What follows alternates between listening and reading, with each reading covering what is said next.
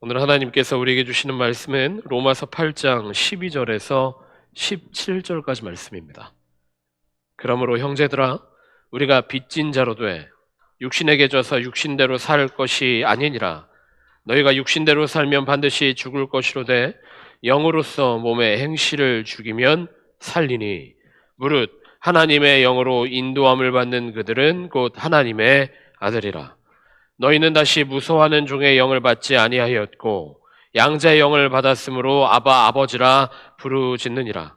성령이 친히 우리 영으로 더불어 우리가 하나님의 자녀인 것을 증거하시나니, 자녀이면 또한 후사 곧 하나님의 후사요 그리스도와 함께한 후사니, 우리가 그와 함께 영광을 받기 위하여 고난도 함께 받아야 될 것이니라.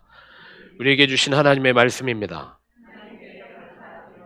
자리에 앉겠습니다. 베델 성가대 성령의 능력이라는 찬양으로 특별 찬양합니다.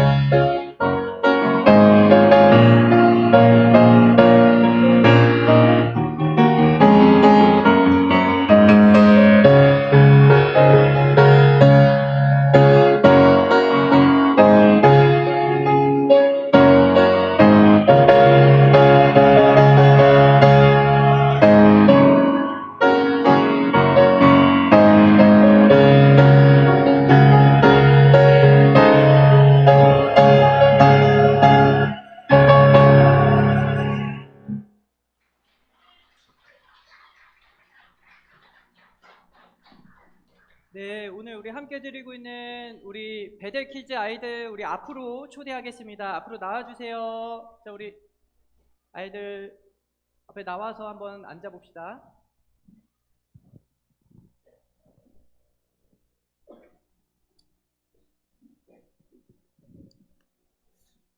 자, 오늘은 목사님이 많이 준비했어요. 한번 말씀을 한번 같이. 자, 우리 앉아봅시다. 이쪽으로 앉아봅시다. 네, 자리 앉아주세요. 자, 이제 목사님하고 오늘 간단한 우리 말씀을 함께 나눠보려고 해요. 자, 우리 여기 뭐라고 써있는지 한번 우리 친구들 한번 읽어봅시다. 시작! You.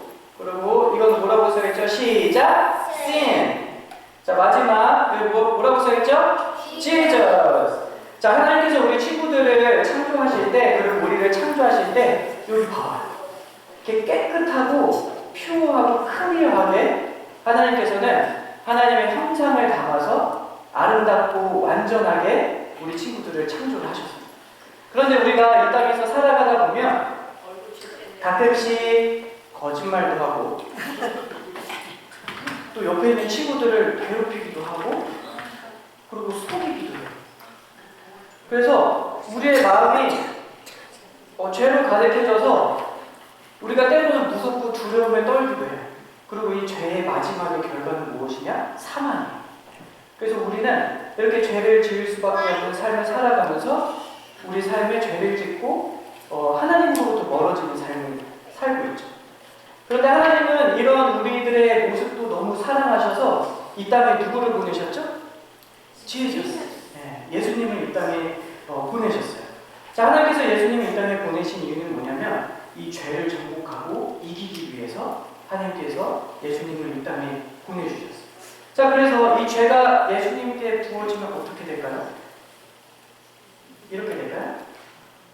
아니요. 예수님은 죄로부터 완전하신 분이기 때문에 죄를 해결해 주십니다.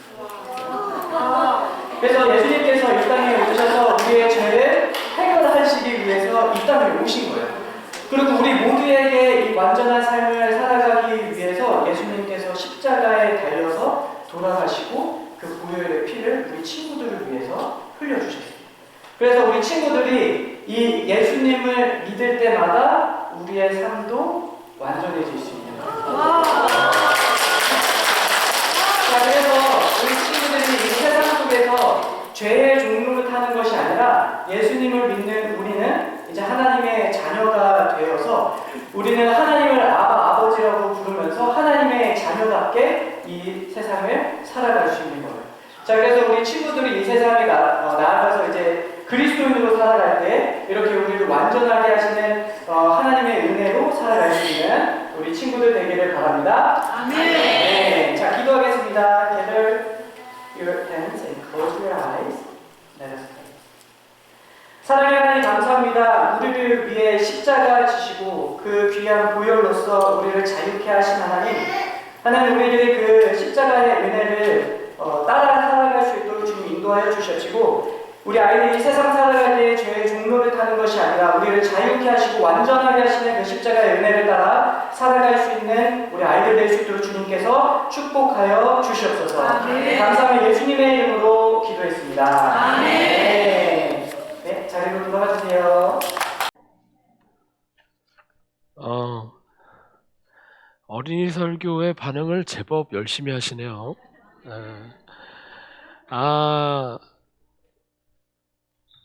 8월 23일부터 25일까지 맞죠? 목사님? 우리 여름 성경학교가 열립니다. 그래서 지금 아이들이 몇 명이었는지 다 보셨나요? 아이들 몇 명이죠? 7명입니다. 7명인데 진익창 목사님 믿음이 대단하신 것 같아요. 이번 목표를 20명 성경학교 하고 싶다고 하셨어요. 이를 위해서 만약에 여름 성경학교 인원이 20명이 안 된다 그러면은 여기에서 지금 설교에 은혜 받으신 분 13분이 채워지셔야 됩니다.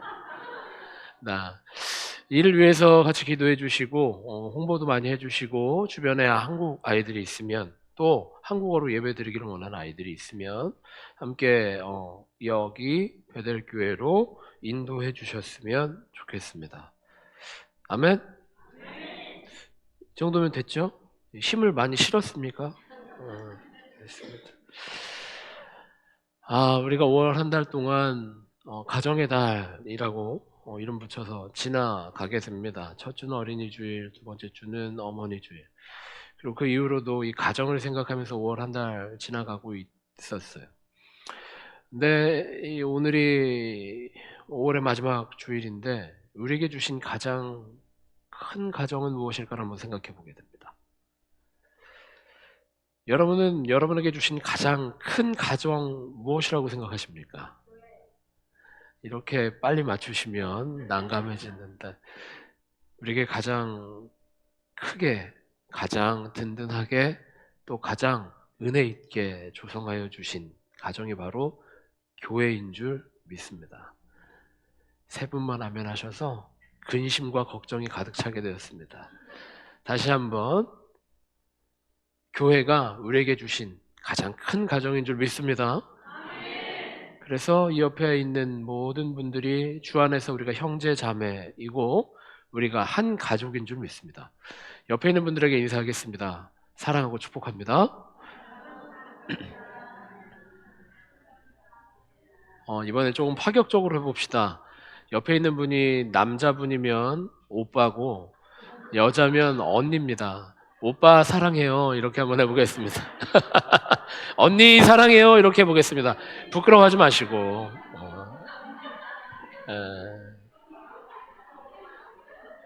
얼마나 좋아요. 얼마나 좋아요. 우리 교회 안에 들어오면 경직됩니다.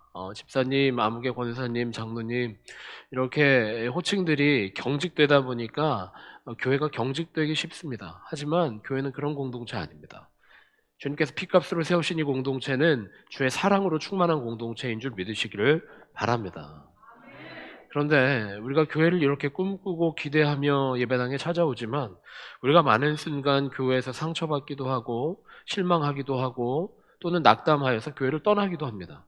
우리 교회 안에는 그런 일이 없지만 많은 이민교회 사회에서 그런 일들이 일어나는 건 비일비재하게 일어날 수밖에 없습니다. 여러분도 다 한 번씩은 경험해 보셨을 것이고 그런 것들을 목격하셨으리라고 생각합니다. 이런 일들이 도대체 왜 벌어질까요? 가정 안에서 왜 이렇게 아픈 일들이 벌어질 수밖에 없는 걸까요? 여러분은 어떻게 생각하십니까? 교회라고 하는 가정이 온전히 서기 위해서는 우리가 무엇을 해야 될까? 우리 가정들도 주님께서 조직하여 주셨고 만들어 주셨고 엄마 아버지 되게 하셨고 자녀 되게 하셨다면 이 교회 안에서도 주님은 분명한 계획과 주님의 뜻 가운데 교회를 조성하여 주셨고 또 이 땅 가운데 베델 교회를 특별히 세워 주셨으리라고 믿습니다.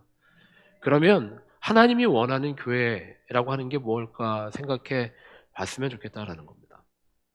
여기 앉아 계신 90대 왕언니들부터 시작해서 진솔이 어디서 얼굴을 까져왔는지 아주 액티브한 친구입니다만 이 아이가 함께 어떻게 예배를 드리 이 놀라운 일이 어떻게 벌어질 수 있는 것인가? 하나님 왜 불러주셨는가? 생각해 보게 된다라는 거죠.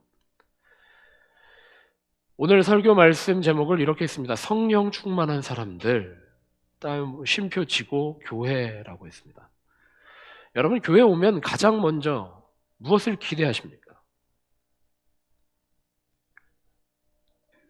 이건 정답이 있는 거니까 조심스럽게 대답하셔야 됩니다. 교회 오면 무엇을 기대하십니까? 은혜 받기를 기대하시죠. 예배를 통한 은혜 받기를 기대하실 겁니다.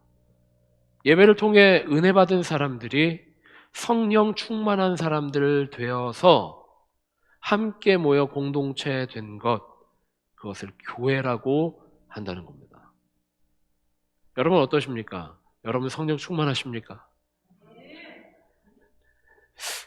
이쪽을 보고 얘기해서 그런지 여기만 아멘 하셨어. 다시 한번 여기. 여러분 성령 충만하십니까? 그게 예수 믿는 사람이라는 거예요.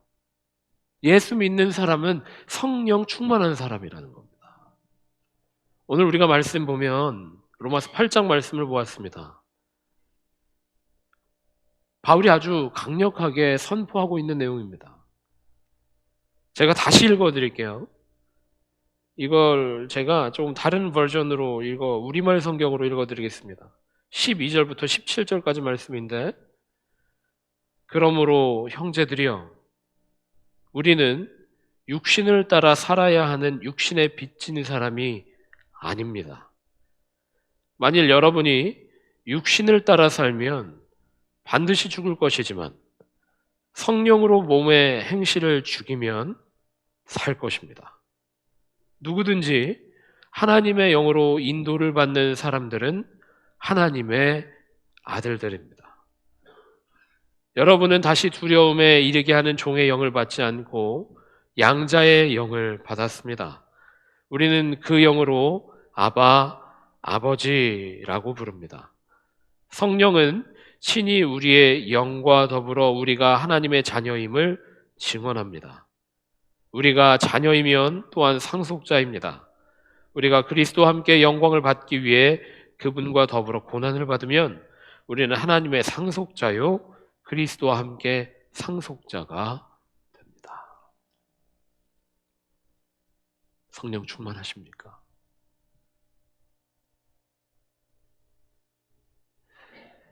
우리가 예수 믿고 성령 받으면 다 그렇게 고백합니다.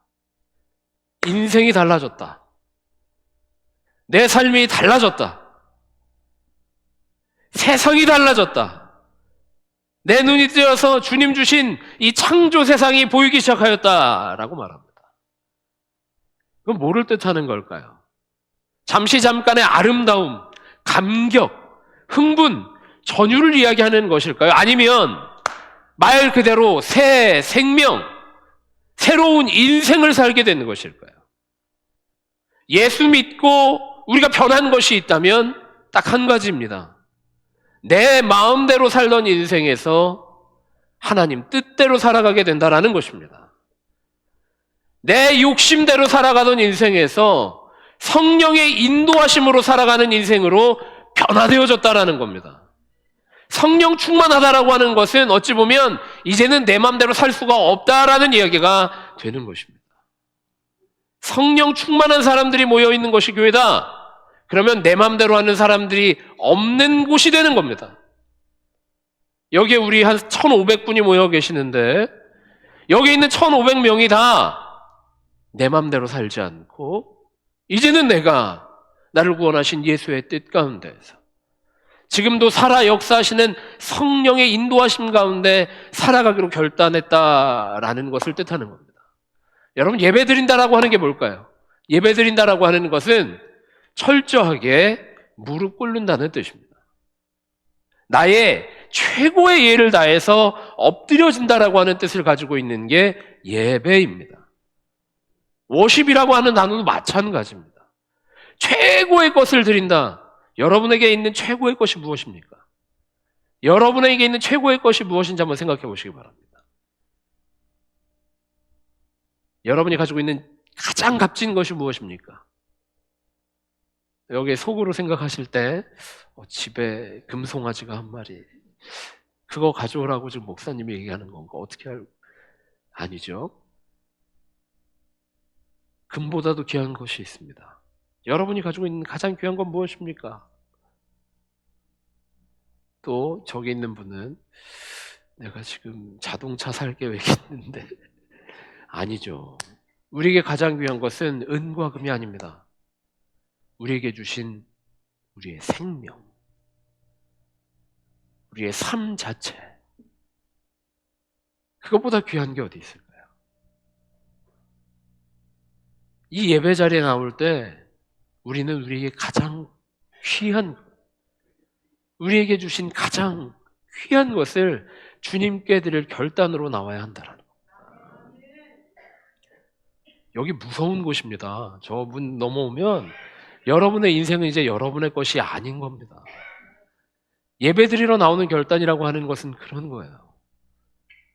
우리가 찬양하는 이유도 거기 있습니다.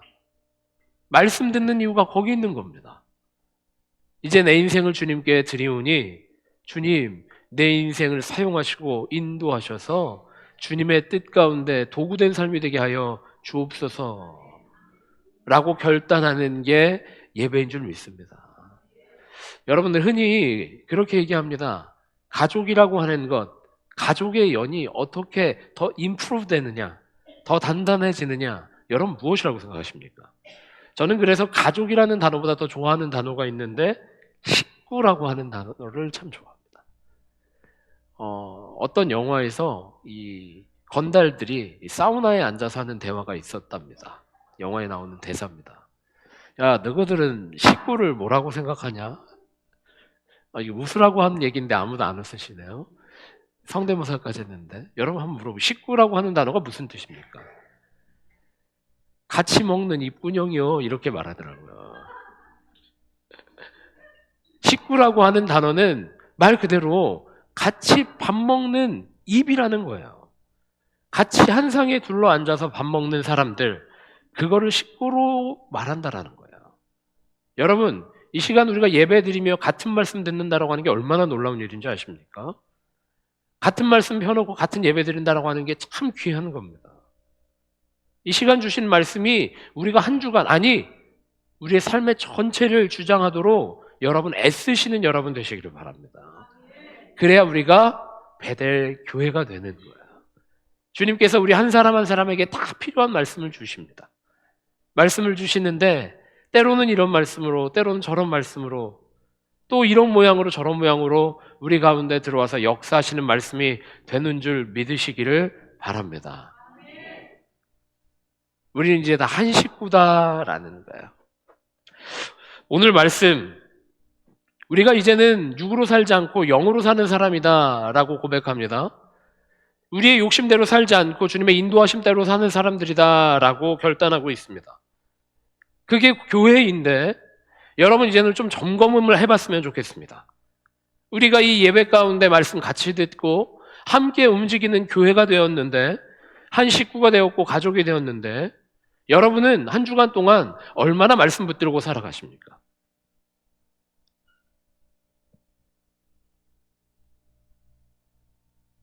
얼마나 말씀을 의지하며 살아가시느냐라는 거예요.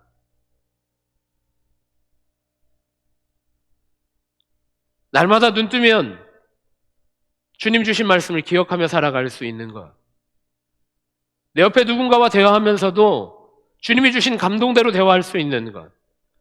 내 사업체에서도, 내 일터에서도, 학업의 자리에서도 내가 배운 것이 어디에 쓰일까? 나에게 주신 직장이 무엇 때문에 주님이 존재하는가? 그렇게 고민하고 말씀 가운데 비춰보며 살아가고 계시느냐라는 거예요. 직장인들 뿐만이 아닙니다. 리타이어 하신 분들도 마찬가지예요. 리타이어 하신 분들은 주님, 이제 나는 신앙생활도 리타이어를 해야 되는 거 아닌지 모르겠습니다. 그런 입장에 서 계신 분이 있다면 다시 한번 꽉 정신줄을 잡으시기를 바랍니다. 주님 앞에 설 때까지는 우린 날마다 말씀 의지하고 살아가게 하시고, 또 말씀으로 감동 주셔서 언제 어디서든 어떤 모양으로든 우리를 주님 뜻 가운데 사용하시는 게 주님이신 줄 믿으시기를 바랍니다. 우리의 조건이 중요한 것이 아닙니다. 우리의 상황이 중요한 게 아니라 우리 안에 역사하시는 주님이 중요하다라는 거예요. 이 안에 들어와서 우리가 싸우게 되는 이유가 간혹 생긴다면 무엇일까를 생각해 보게 됩니다. 많은 교회들이 이 교회 안에서 싸우는 이유가 무엇일까를 생각해 보게 됩니다. 아직 영의 사람이 되지 못하고 여전히 육 가운데 살아가고 있는 것은 아닐까.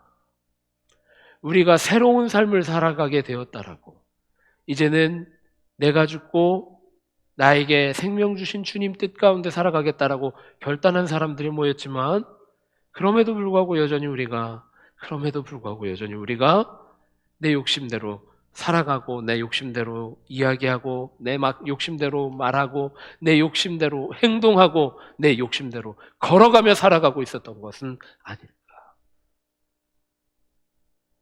여러분, 우리 교회가 소문난 교회 되기를 원하십니까? 이쪽만 대답해. 항상 이상해. 여기만 보고 해야겠어. 여러분, 우리 교회가 소문난 교회 되기를 원하십니까? 무엇으로 소문난 교회 되기 원하십니까? 숫자로 소문나는 교회 되기를 원하십니까? 아니면 성령으로 소문난 교회 되기를 원하십니까? 성령으로 소문나는 교회 되기 위해서는 여러분 한 사람 한 사람이 다 성령 충만 받은 거룩한 백성, 성도로 서야 할 줄 믿습니다. 이 고백이, 이 바울의 고백이 우리 모두의 고백이 되기를 원합니다.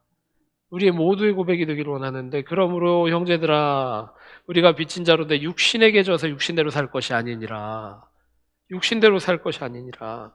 양자형을 받았으므로 아바 아버지라 부르짖는 한 가족 가운데 주님을 아버지로 부를 수 있는, 하나님을 아버지로 부를 수 있는 주 안에 형제자매된 교회 된 줄 믿으시기를 바랍니다. 오늘이 웨슬리 회심 기념 주일이기도 합니다. 오늘이 웨슬리 회심 기념 주일이에요. 웨슬리가 누구냐? 감리교 운동을 시작한 목사님입니다.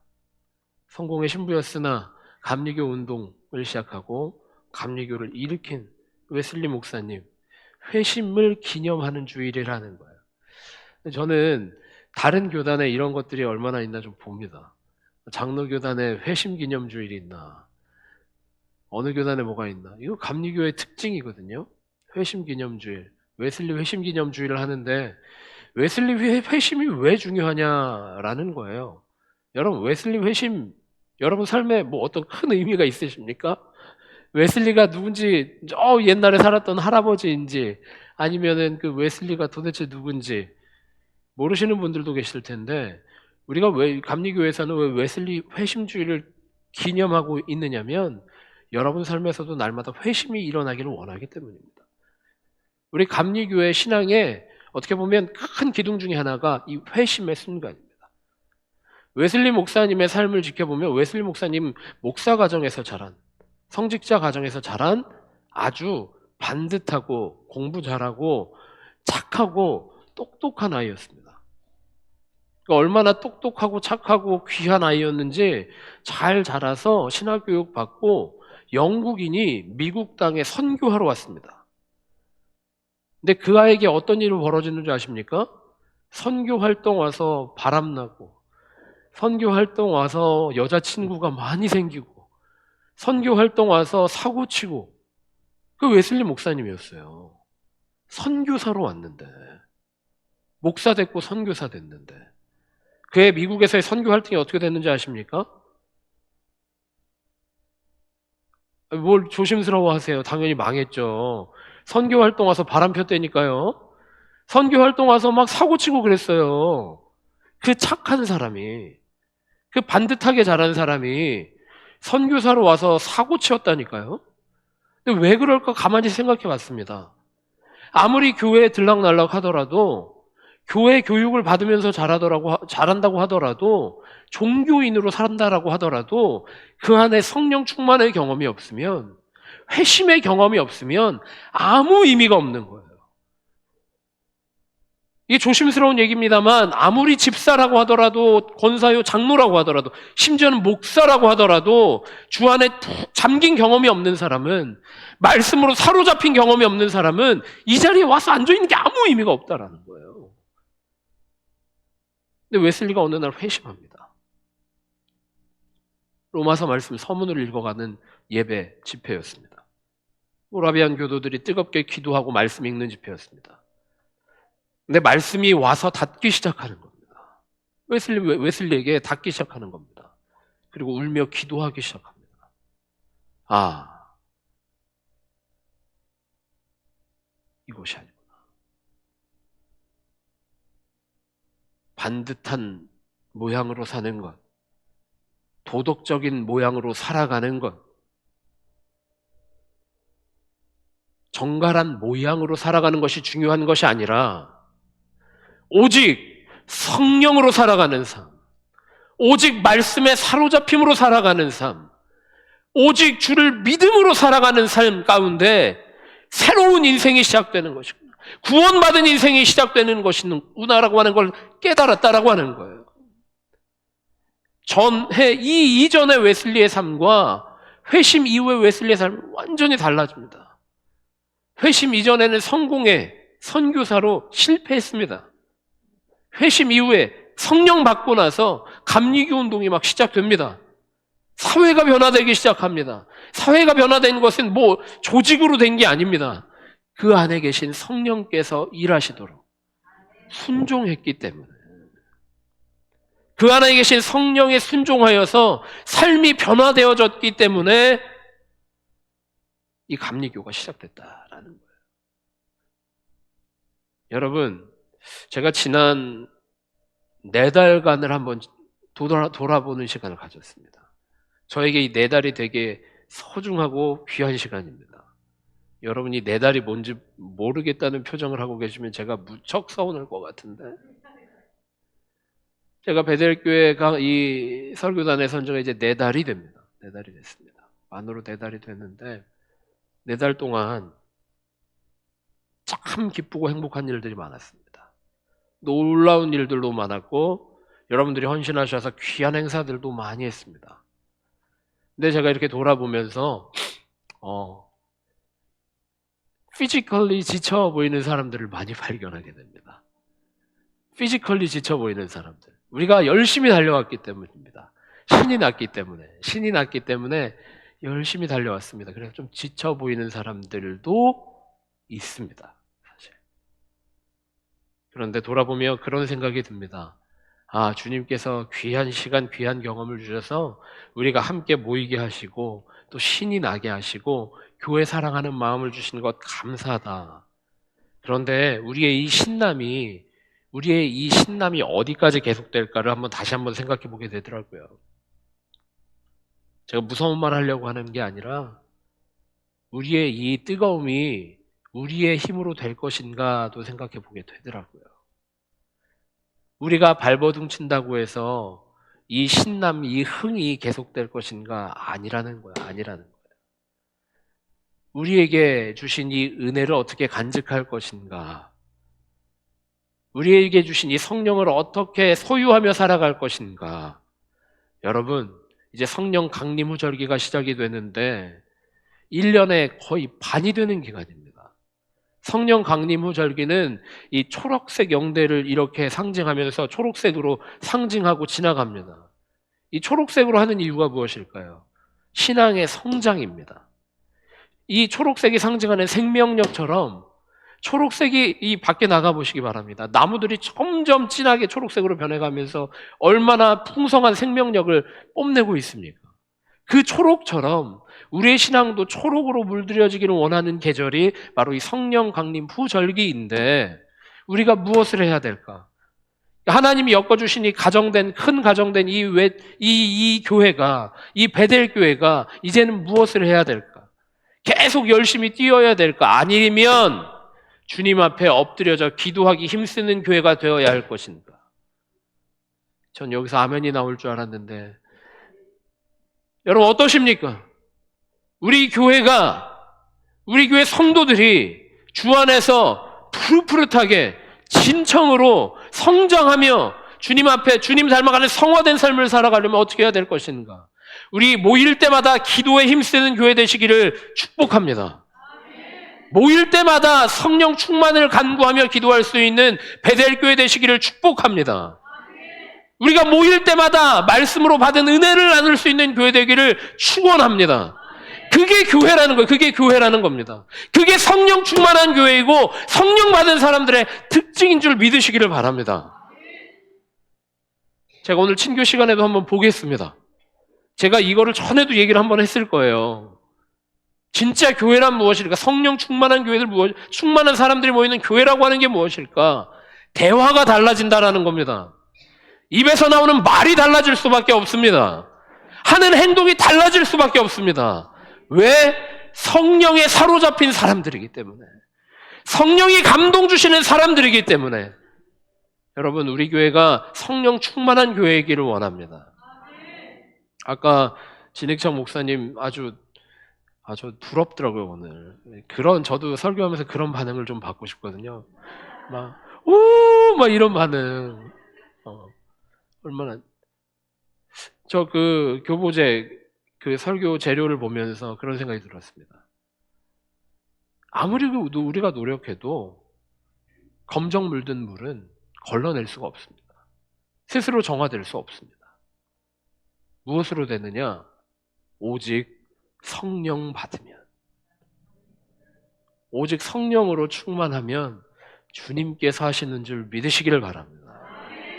아멘? 우리 옆에 있는 분과 다시 한번 다짐해 보겠습니다. 성령께 맡깁시다.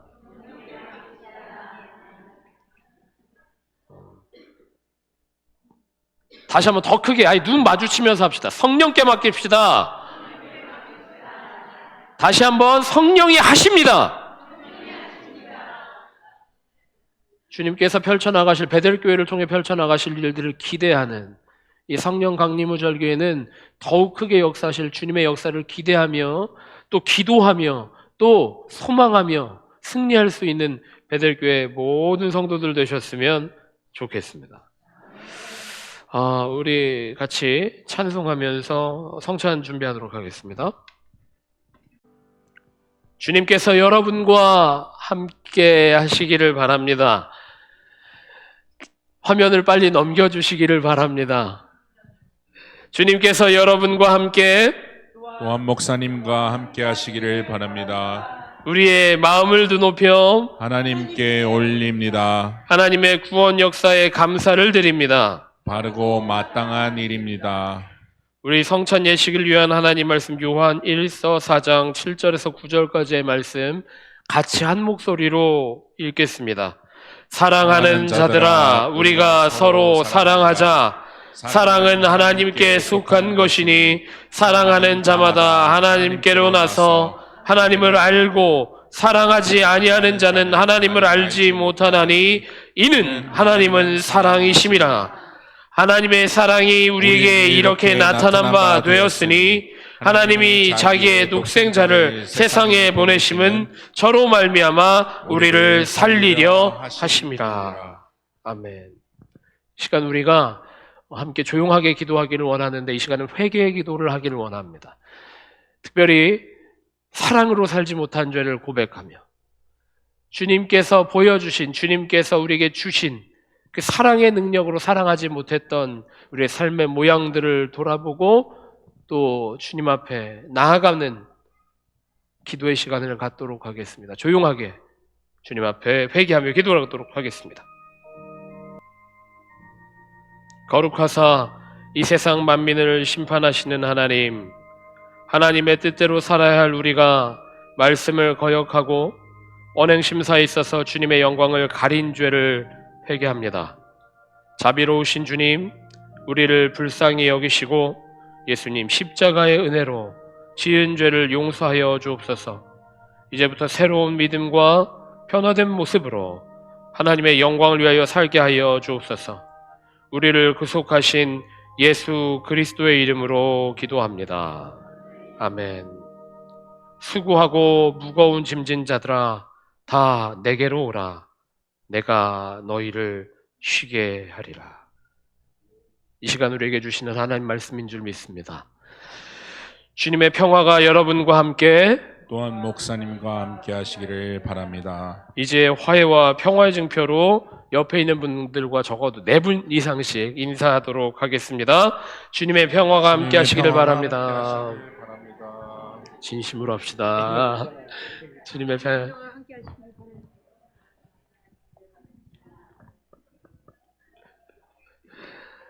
자, 우리 성만찬 기도 함께 고백하며 기도합니다.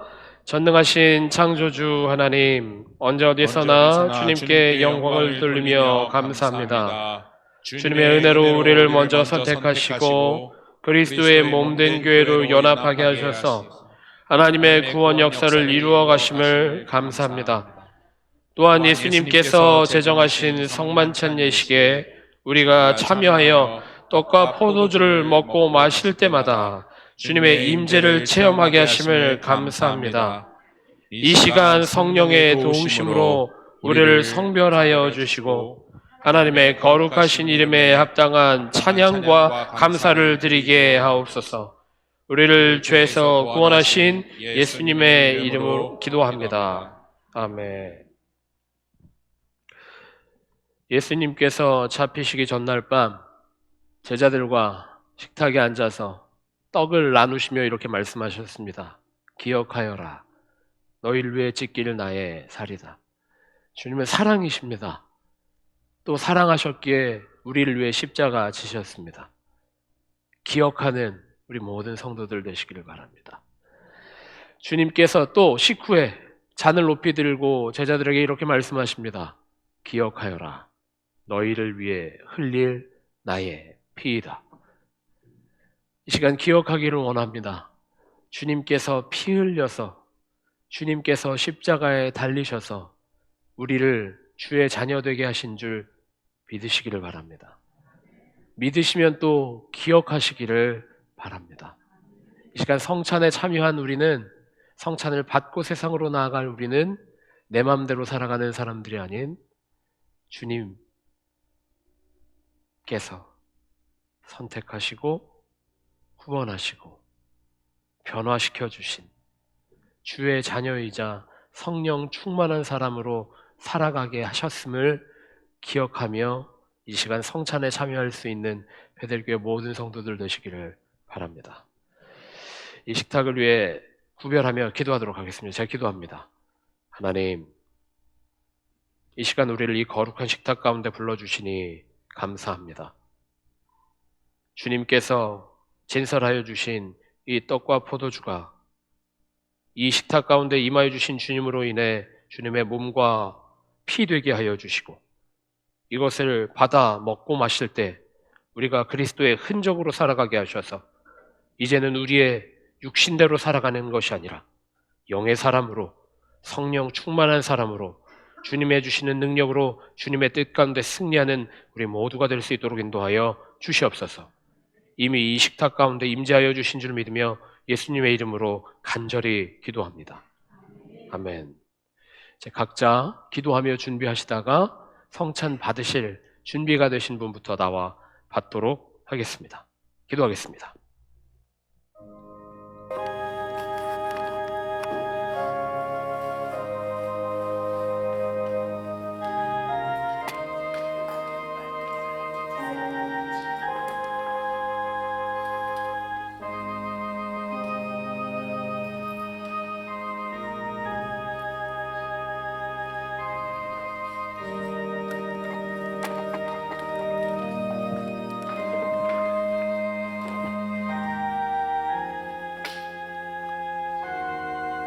주님의 사랑입니다.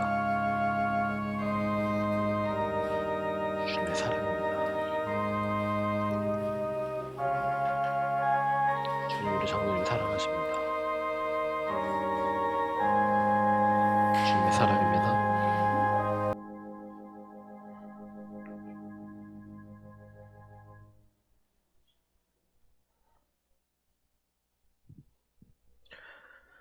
우리 성만찬 후 감사기도 같이 고백하겠습니다. 은혜와 사랑이 충만하신 하나님, 주님의 은혜로 우리를 구원하시고 생명의 양식을 주시니 감사합니다. 우리를 위하여 온몸을 내어주신 십자가의 사랑과 희생의 신비를 기억하면서 우리 자신을 온전한 헌신의 제물로 하나님께 드립니다. 이제 성만찬에 참여한 우리가 그리스도와 하나 되게 하시고 서로 하나 되게 하시며 온 교회가 하나 되게 하여 주옵소서. 이제 세상을 향하여 나아가야 할 우리가 성령의 능력 안에서 전심으로 하나님과 이웃을 사랑하며 그리스도의 빛과 소금이 되게 하사 주님이 오시는 날 하나님 나라의 유업을 함께 누리게 하옵소서. 우리에게 영생의 양식을 주시는 우리 주 예수 그리스도의 이름으로 기도합니다. 아멘. 하나님 감사합니다. 오늘도 우리가 주의 전에 모여 예배하게 하시고 또 우리가 결단하게 하시고 은혜 받아 세상으로 나아가게 하시니 감사합니다. 우리가 육에 속한 사람들이 아닌 성령 충만한 사람들 될 수 있도록 인도하여 주시옵소서. 우리 마음대로 살아가는 사람들이 아니라, 우리 마음대로 말하는 사람들이 아니라, 우리 마음대로 걸어가는 사람들이 아니라 주님의 인도하심 받아 이야기하고 대화하며 걸어가며 섬기며 사역할 수 있는 우리 베델교회 모든 성도들 될 수 있도록 인도하여 주시옵소서. 이 시간 말씀에 반응하며 우리의 것들을 구별하여 주님 앞에 드렸습니다. 아니, 주님께서 맡기셨던 것들 돌려드립니다. 주님 받아주셔서 또 이 안에 담긴 우리의 결단도 받아주시고 우리의 마음도, 우리의 인생도, 우리의 모든 것들을 주님 받아주셔서 하나님 나라의 일에 가장 능력 있는 것으로 사용하여 주시옵소서. 우리가 기도하는 것, 간구하는 것 있습니다. 하나도 빠짐없이 응답하여 주시되 주의 뜻 가운데 보여주시고 이끌어 주셔서 우리의 삶이 주님의 뜻으로 충만하여지는 가장 복받은 인생 될 수 있도록 인도하여 주시옵소서. 이 시간 함께하지 못한 우리의 권속들이 있습니다. 형제자매들 몸져 누워있는 그 병상 가운데, 스스로 치료 중인 그 병실 가운데, 근심하고 있는 그 방 가운데에, 가정 가운데에 주님 찾아가 주셔서 위로하여 주시고 회복시켜 주시고 힘 주셔서 우리가 다시 모일 때는 함께 모여 하나님 나라 천국 잔치를 경험할 수 있도록 인도하여 주시옵소서. 이제는 결단하며 성령의 사람들로 성령 충만한 교회 가꾸어 갈 것을 기대하는 베델교회 모든 성도들의 삶 가운데 예수님의 십자가 은혜와 하나님의 갚을 길 없는 사랑하심과 지금도 우리에게 부어주고 계시는 성령님의 감동, 감화, 역사, 교통하심이 이제부터 영원토록 함께 하시기를 간절히 기도하며 축원하옵나이다. 아멘.